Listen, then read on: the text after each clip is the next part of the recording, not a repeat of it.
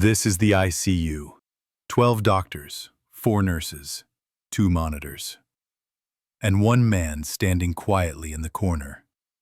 No one assigned him anything, but when everyone else was helpless, he walked toward the patient. And nothing was the same after that. That day, an unusual silence ruled the hospital corridors. It was as if everyone sensed something was about to happen, but nobody knew what. The only sound coming from the young girl's room was the rhythmic beeping of monitors. She was alive, yes, but only biologically. The nurses now took turns entering her room. Some whispered prayers. Others stole furtive glances. Sometimes she would open her eyes, looking at objects in the room, but never making eye contact with anyone. As if she was consciously not there. That morning, our crazy doctor entered the hospital again. His footsteps echoed on the stone floor with a quiet but determined rhythm. He carried no bag, no stethoscope. As always, he walked with just his hands in his pockets, no files, no questions. But there was purpose in his steps. One of the nurses whispered, "Him again? The other doctors are still waiting for test results." Another bit her lip and replied, "He's the only one saying this can't be solved with tests." The crazy doctor didn't look at any of them. When he reached the door, he stopped. He took a deep breath and slowly opened it. The young girl was aware of the man entering her room, but still, she didn't turn her head. Her eyes were on the ceiling, her hands motionless on the blanket. The heart monitor continued its steady beat, but the only evidence that breathing was happening in the room was the doctor's silent footsteps. The crazy doctor sat in the chair beside the bed. He didn't say hello, didn't address her by name. He simply pulled a small metal object from his pocket. A puzzle, a classic patience cube. When the small metal pieces came together, they formed a neat shape. But one wrong move scattered everything. He didn't watch her. He just turned, broke apart, and reassembled the toy. For minutes, without speaking. For the first time, the girl turned her head, as if that silence had awakened something inside her. "You're a doctor, aren't you?" she whispered. The crazy doctor didn't lift his head. "I like that this was your first question," he said. "So you are watching." The girl looked away, but the doctor's voice continued. "It seems like nobody understands you, because you don't even understand yourself. But that doesn't mean you're sick. It just means you're silent. And silence is sometimes the loudest scream." Silence returned to the room, but now that silence wasn't suffocating. It was familiar. The doctor quietly got up and walked to the window. He drew the curtain halfway, the light entering. "People don't like light when there's too much darkness inside," the doctor said. "That's why they won't make eye contact with you. Because when they see you, they remember their own emptiness." The girl slowly turned. "I'm not empty." This was unexpected resistance. The doctor nodded. "Not empty. You're overflowing. You've accumulated so much that no more feelings can fit inside. That's why you're silent." There were no tears in the girl's eyes, but something trembled at the tips of her lashes. Meaning. As if finally someone had heard the silence exploding inside her. The doctor went to the table and pulled out a piece of paper. He wrote one line, "What do you miss most?" He handed the paper to the girl. She took the pen, and with trembling letters wrote a single word, "Me." When the doctor read the paper, he smiled. But this wasn't a triumphant smile. It was a smile of recognition. Because from that moment on, this was no longer a diagnosis. This was a recovery process. From that day forward, everything in the room stayed the same, but the atmosphere changed. The monitor sounds no longer came alone. The girl kept her eyes open longer, sometimes looking out the window, but she still wasn't speaking. Our crazy doctor came to the room at the same time every day, sometimes just sitting, sometimes scribbling meaningless lines on papers. Once he left a chessboard on the table. He arranged the pieces one by one. Without saying anything, he just waited. The girl watched, but didn't touch. On the morning of the 5th day, the girl moved a pawn for the first time. Nobody saw this move, except him. And at that moment, a very brief but genuine satisfaction flashed across her face. Healing isn't about talking, he said to himself. Healing is having the courage to move. The nurses still looked on with suspicion. If no diagnosis has been made, this doesn't count as progress, some said. But the crazy doctor didn't care about their opinions. He worked not with diagnoses, but with people. The next day, the girl arranged all the chess pieces on the table. And then she lifted her head and looked directly at him. "Why do you come every day?" This wasn't just a question. This was the girl's first conscious call. He didn't answer. But the darkness in his eyes lightened a little. Now the battle had begun. But this battle's ammunition wasn't words. It was silent connections. The next morning there was a change in the room. At the head of the girl's bed stood a small drawing. A simple picture made with colored pencils. 2 figures, one looking out the window, the other with their back turned but standing close. There was distance between. The girl slowly nodded. This was the first yes confirmation. The doctor put the picture not in his file, but in his pocket, because this wasn't a treatment note, it was a message. That day, the silence deepened even more. But this time, it wasn't terrifying. There was trust in the room's atmosphere now. As if it wasn't a hospital, but a transitional space. That afternoon, the doctor sat next to the girl and prepared the chessboard without forming sentences. But this time, pieces were missing. The girl immediately noticed. "The queen is gone," she said. The doctor looked. "Sometimes not every piece needs to be in place," he said. "You need to learn to play with what you've lost, too."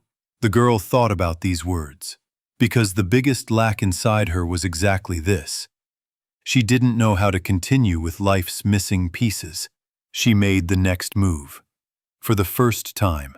And at that moment, the crazy doctor stood up from the table. He left the room.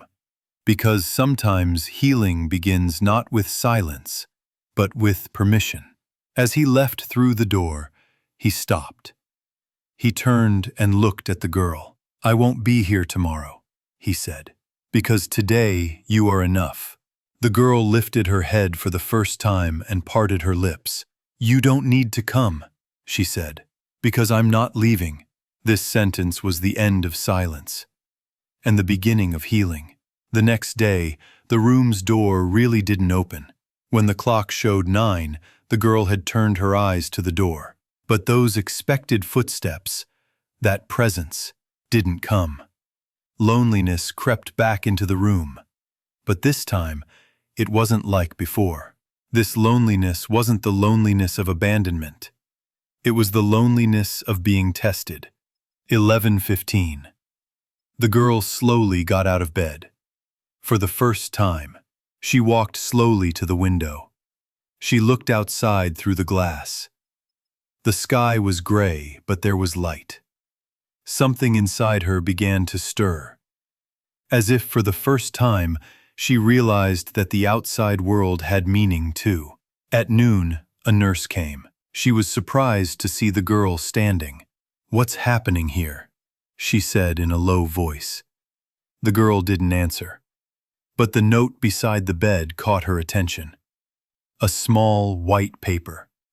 With only one sentence. "If you can stand up today, it's your day now." The nurse trembled. This was that crazy doctor's handwriting. The girl turned back to the window. She was no longer looking at the sky. She was looking at her own reflection. At the silhouette appearing in the glass.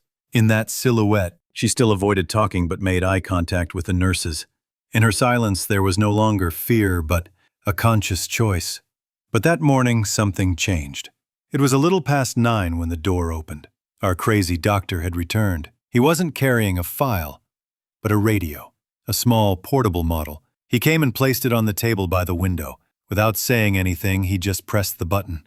Static music spilled from the radio, an unknown French song. A woman's voice drifted in with a distant but familiar melody. The girl turned her head. "What is this?" Her voice was still thin but more determined. The doctor didn't answer. He looked out the window. "Every healing first begins with a melody," he said. "A person first hears a rhythm inside, then takes a step." The girl bowed her head. "I'm still scared." He turned. "Every melody begins with silence, and fear is the introduction to melody. Only if you look in the wrong place do you mistake it for silence." After these words, the girl stood up. She walked to the table next to the radio. She sat next to the small radio.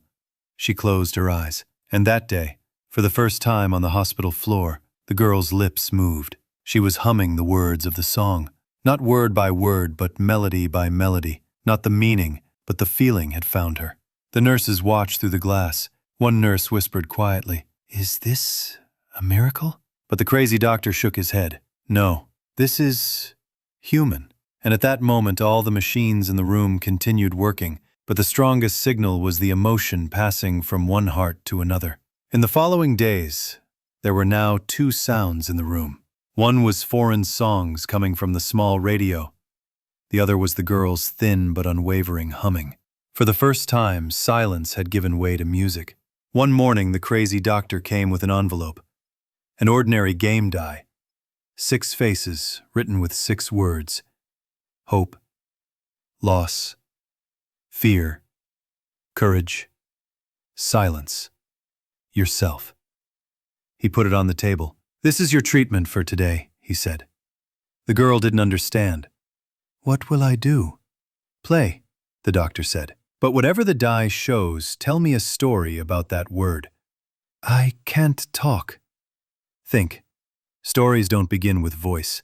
Sometimes with eyes, sometimes with breath, sometimes just with a look." The girl threw the die. The face that read, "What we lose doesn't come back," landed up. Her eyes darkened, but she didn't run away. She took a deep breath. Then she turned to the window. Her fingers traced the glass, as if drawing an imaginary shape. Then she turned around and said, The doctor bowed his head. "That's enough for today," he said. "Because for the first time, I heard not you, but your inside." And that day, the girl took the die and put it in her own pocket for the first time. Now she knew the rules of the game, too. Now, in the room, there wasn't just hope, but habit, too. Every morning at 9, the small radio would turn on. Then the girl would walk to the window, take the die from her pocket and leave it on the table. One day, she brought a small notebook instead of the die. There was no writing on the cover. The pages were blank. But emptiness no longer frightened her. The doctor wasn't surprised. He just took the notebook and wrote a single word on the first page. "Today." The girl squinted and looked. "What will I write?" "Whatever you felt. A word, a shape, even a dot. As long as it comes from inside." The girl nodded. That day she drew a small circle in the notebook. The next day, 2 waves. Later, a leaf. And as days passed, the notebook began to fill. Wordless, but full. Silent, but telling. One evening, the doctor came with a large painting. A completely white background. Empty in the middle. But around it were pieces made from the drawings in that notebook. Leaf, circle, wave, bird. Do you know what the painting was called? The Voices Inside Me. The girl looked at the painting for a long time. Then she spoke aloud for the first time. "I exist." At that moment, the crazy doctor said nothing.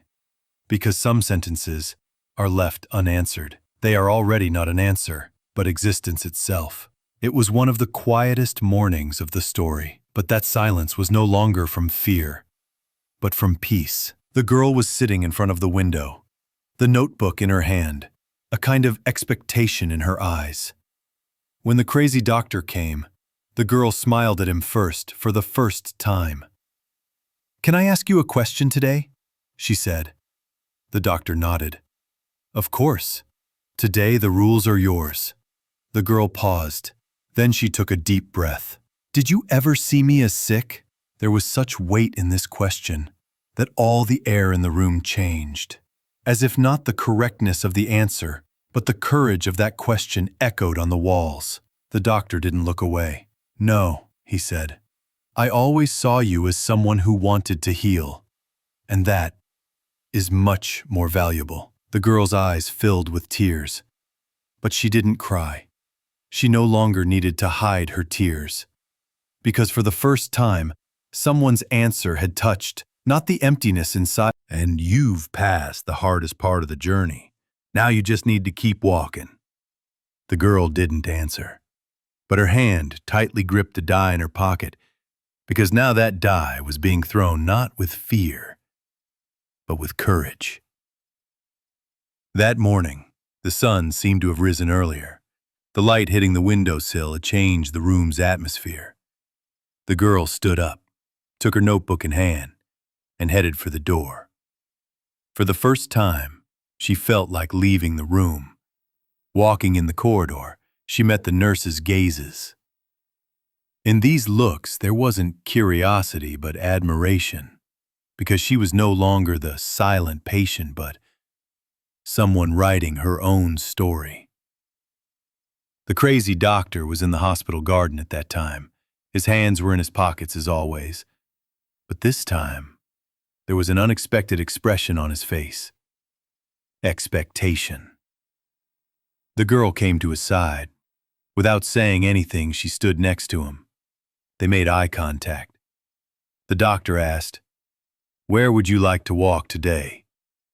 The girl didn't answer, but she started walking toward the hospital's back garden, through the grass.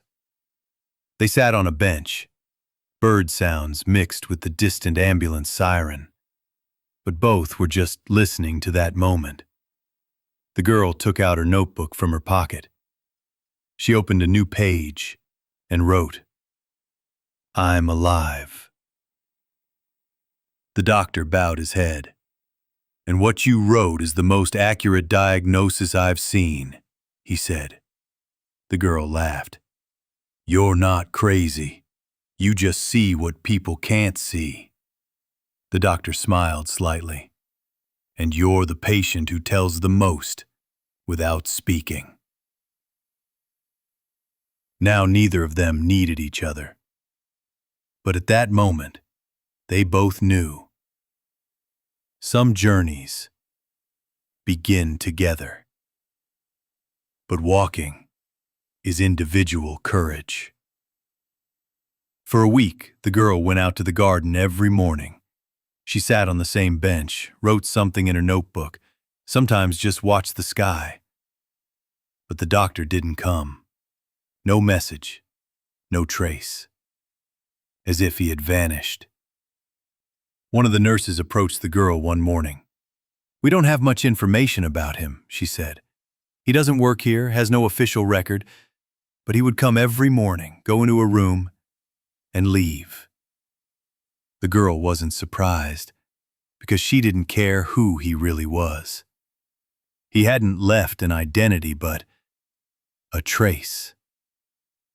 That morning, while sitting on the bench, she noticed a small box beside her on the ground, wooden, with a decorated top. She opened it. Inside was an old stethoscope, a radio, and a die, and a page torn from her notebook. On it, only 3 words. But then a crazy doctor came, and silence gave way to sound. And at that moment, the story had passed into her hands. Now she wanted to be not the listener, but the teller. From that day on, the girl came to the same cafe every day.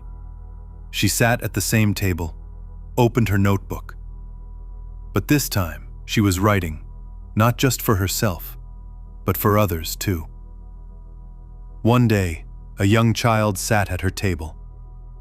There was a vague desperation in his eyes. He sat for hours without speaking. The girl handed him a page. On the page, only this was written: Sometimes a stranger hears what we can't say, and that stranger can understand you without ever knowing you. The child just bowed his head, and at that moment, the girl remembered her past silence. Now this silence had become a bridge to someone else. Weeks passed. Different people began sitting around the table every day. Some were silent, some told stories, some just wrote. The girl was no longer just someone who had healed. She was someone helping others heal. One morning, someone entered through the door, wearing a familiar flannel shirt, carrying a box. He placed the box on the table, smiled. "This is yours now," he said. The girl opened the box. Inside was a new die, a blank notebook, and a small note.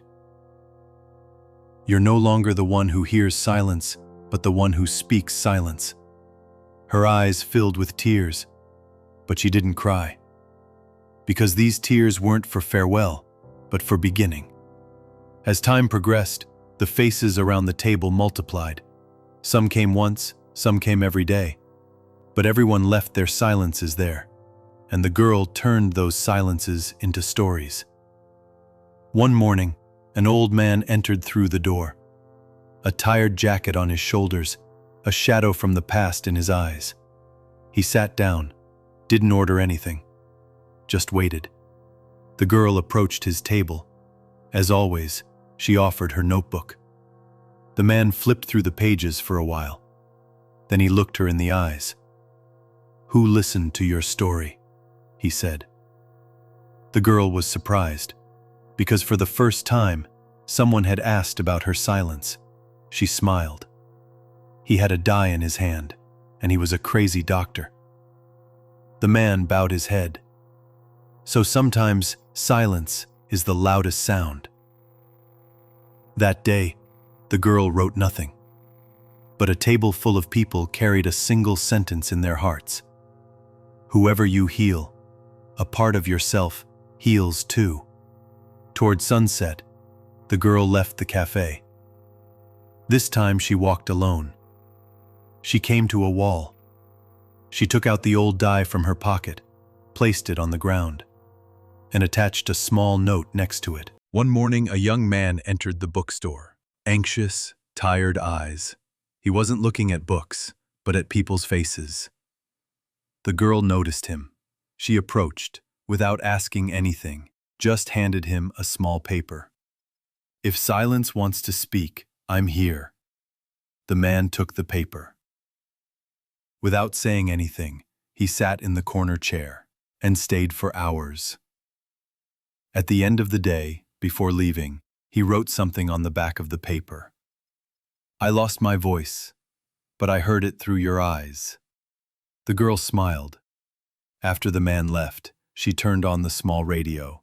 A foreign melody played, like a tune coming from afar. The next morning, someone was waiting at the door. Flannel shirt, brown hat. Yes, it was him. Our crazy doctor said nothing.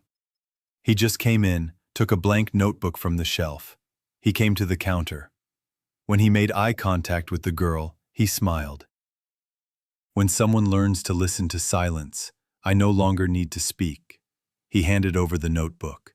He attached only this note to the back, for someone new, for new silences. And he left. The girl walked to the door with the notebook in her hand. But this time, she didn't look after him. Because some farewell moments are completed, not with eyes, but with the heart. The girl was now not just someone who worked at the bookstore, but someone who could sense what the visitors were going through by looking into their eyes. Every morning she would place a small notepad on her table and write underneath, "If it comes from within, leave a sentence." One morning, a small child entered, 8, maybe 9 years old. Headphones around his neck, hands in his pockets. He was looking not at shelves, but at people. The girl understood immediately. This child was a story that hadn't started speaking yet. She approached him, crouched down. "You don't have to buy anything," she said. "Just if something comes from within, you can leave it." The child said nothing, but he took a pen. He drew something tiny on the bottom page of the notepad, 2 circles, a line between them, and left. The girl looked at the drawing for a long time. That evening she wrote in her notebook, "Sometimes 2 lonelinesses are connected by a single line." The next morning, the child came again. This time he had a small box in his hand. He gave the box to the girl. Inside was a single object, a die. But this die was different from the others. It had no numbers. Each face had a shape: wave, leaf, eye, star, circle, door. The girl looked up. "Is this yours?" The child shook his head. "No," he said, speaking for the first time. "This is your story. I just brought it back." As the girl looked at the faces of the die, she noticed something. This wasn't the die she had used in that first room, but it was as if it was its continuation. "This die is always here now. Whoever loses their story can come and start again." And she went outside and looked at the sky, because some healings happen silently, but their traces shine forever. The girl felt a strange peace seeing that die sitting on the bookstore shelf, as if a door had opened among the books, giving passage to other worlds. Now that shelf wasn't just a piece of wood, it was a silent call. One evening an old woman came to the shop. Gray hair, scattered gaze. Without looking around, she walked to the shelf where the die was. She stood for a long time, then reached out her hand. But before taking it, she turned and asked the girl, "Does this die really say something?" The girl didn't answer, but without taking her eyes off the woman's eyes, she slowly nodded. The woman took the die in her hand, examined it a bit. Then she sat in a corner. A notebook was offered. The woman wrote, "My son was silent. He never told me anything. But now I understand. Some words were hidden in the die." After the girl read the note, she said nothing. She just sat next to the old woman. 2 people, 1 die. And the silence in the room was no longer fear, but understanding. Before the woman left, she left a small note in the box on the shelf. "I couldn't speak, but the die told the story." From that day on, everyone who came to the bookstore first stopped by the die. Nobody looked at it like a toy anymore. It was a symbol, the echo of lost voices. The girl continued writing these stories in her notebook every night.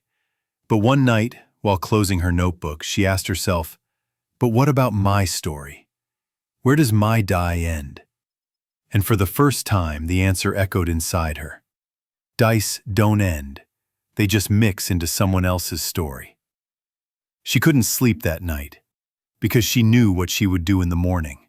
A new box, a new die, and one more person waiting for a new silence. Because now she wasn't just listening, she was multiplying. A new box was placed on the shelf right behind the girl's table. A brand new die was put inside. This time each face had a word. Listen. Keep. Ask. Don't forget. Watch. Begin. A small note was attached to the top of the shelf. If you don't know where to begin a story, roll the die. The first to come was a high school student. Headphones in his ears, a vague distance in his eyes. He saw the box, read it, seemed to smile at first, but then he paused for a moment and rolled the die. The face that came up? Ask. The girl approached. The young boy lifted his head, with unexpected honesty asked, "Why do some people still hurt even after they're gone?" The girl froze. But this time the answer was in the notebook. She opened it, turned the page, and showed, because some pains don't go away. They leave traces, but every trace also... And smiled, for the first time. That day, 3 more people rolled the die. Each encountered a different face. But each felt the same thing. Questions aren't just for seeking answers. They're for making connections.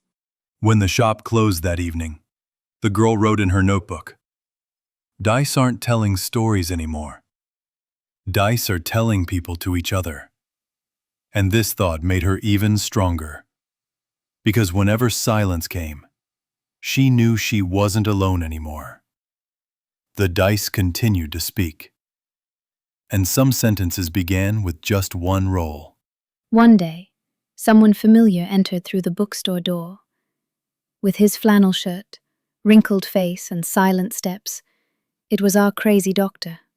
His eyes searched for the girl's table, and when he saw her there, he slightly bowed his head. The girl didn't get up from her seat, but she smiled, as if months, years hadn't passed, but they had just talked yesterday. The doctor approached the new box on the shelf. He took the die in his hand. He looked at the words written on the faces for a long time and chose one and placed it on the table. Begin. The girl slowly approached. She asked, "What's beginning?" Our crazy doctor didn't answer, but he took out a small note from his pocket. Old, crumpled paper. On it was written, "I found you in silence. Now you find others with sound. Because my path is ending now, but yours is just beginning." The girl didn't know what to feel at that moment. On one hand, infinite gratitude. On the other, deep farewell. Before the doctor turned away, he left something small in the box, a stethoscope, an empty sound, but a symbol overflowing with the meaning it carried. As he left through the door, he didn't turn back, but the girl knew this wasn't an end, but the completion of a silence.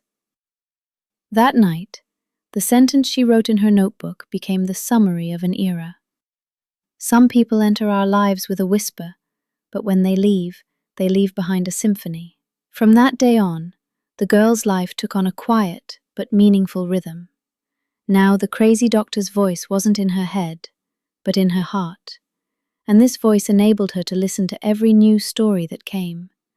One day, someone came to the bookstore. A woman. She wore a uniform. Her face was stern, but her eyes were tired. Without looking at the shelves, she walked to the box. She took the die in her hand, and without thinking, she rolled it. Face. Don't forget. The girl approached the woman. She didn't ask anything. The woman kept her eyes on the die and said, "I saw many things in the war, but I forgot what I should have remembered. I suppressed what I should have remembered. Now I can't distinguish between any of them." The girl silently offered a notebook. The woman began to write. The girl took that notebook and put it on a special shelf. She wrote a note on it. "Words are sometimes like bullets, but when placed well, they become not wounds, but healing." The bookstore closed early that day. The girl sat at her table. In her hand was the stethoscope left by the crazy doctor, in front of her a blank page, and she wrote, "I don't just listen anymore. I understand, because a crazy doctor taught me to understand." This wouldn't be her last notebook, but perhaps it was the beginning of her own story for the first time.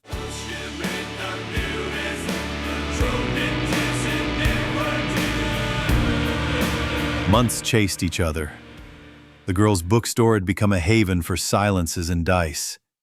Some came to talk, some just to listen, but everyone left something. A word, a scratch, a breath. One morning, a new die was left in the box. It wasn't clear who left it, but the faces had these words: forgive, return, go, remember, be silent, wake up. When the girl saw this new die, she wasn't surprised. She just added a small note. Some dice don't ask the question, they bring the answer. That same afternoon, an old man entered the shop. He had no voice, but he took out a yellowed photograph from his pocket. A little girl, someone in a flannel shirt in the background. The girl looked at the photograph for a long time. Then she looked up. "Is that you?" The man nodded. His eyes were filled with tears. The girl understood at that moment. He was an old patient of our crazy doctor, and years later, following that doctor's trace, he had come here. But the doctor was no longer there. Only his voices, his dice, his silences remained. The girl returned the photograph and said, "He's still here, with you, with me, with all of us." The man pulled up a chair and sat down. He took the die, rolled it. Face, wake up. The two didn't speak for a while, but the expression in their eyes said everything. Waking up sometimes isn't opening your eyes, it's feeling the heart again. That night, the girl wrote only one sentence in her notebook. "I'm no longer a storyteller. I'm the voice of traces." That morning, the bookstore had awakened to a different silence than usual. The weather was overcast. The books on the shelves seemed a little heavier. The girl opened the door, but immediately an envelope fell to the ground. Inside was neither a name nor an address. Only one sentence was written: "The die is no longer with you. You are now the die." The girl took the envelope in her hand, said nothing for a long time, but her eyes filled with tears, because she recognized those lines. This was our crazy doctor's handwriting. So everything hadn't really ended. What was ending anyway? Some stories just changed shape. That day, everyone who came watched not the dice but the girl, as if they were looking for answers in her eyes. The girl also talked to each one individually. But this time, the answers came not from the notebook but from within, because she no longer needed words. She had learned to speak silence.